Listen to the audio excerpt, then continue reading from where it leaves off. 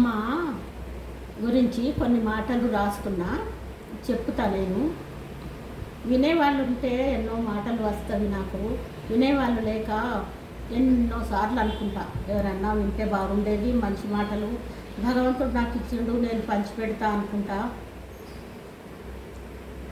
అమ్మ అంటే ప్రత్యక్ష దైవం, అమ్మ అంటే ఆదిదేవత, అమ్మ అంటే ప్రేమను పంచే మూర్తి, పిల్లలను పెంచి పెద్ద చేసే తీర్చిదిద్దే ఆదర్శమూర్తి.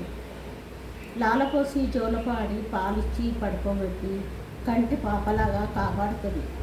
ఆకలి తీరే అన్నం పెట్టి చిట్టి చిట్టి కథలు చెప్పి, రామాయణ భాగవతుల భారతంలోని కథలు చెప్పి గొప్ప ఆదర్శవంతులుగా తయారు చేస్తుంది. నిజాయితీకి నిదర్శనంగా, న్యాయానికి సత్యానికి ధర్మం నేర్పుతుంది.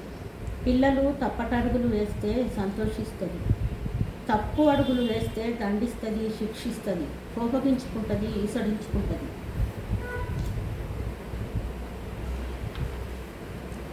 అమ్మ కోపాన్ని సంతోషంగా స్వీకరించాలి, మంచి మాటలు చెప్తే ఆచరించాలి. అమ్మకు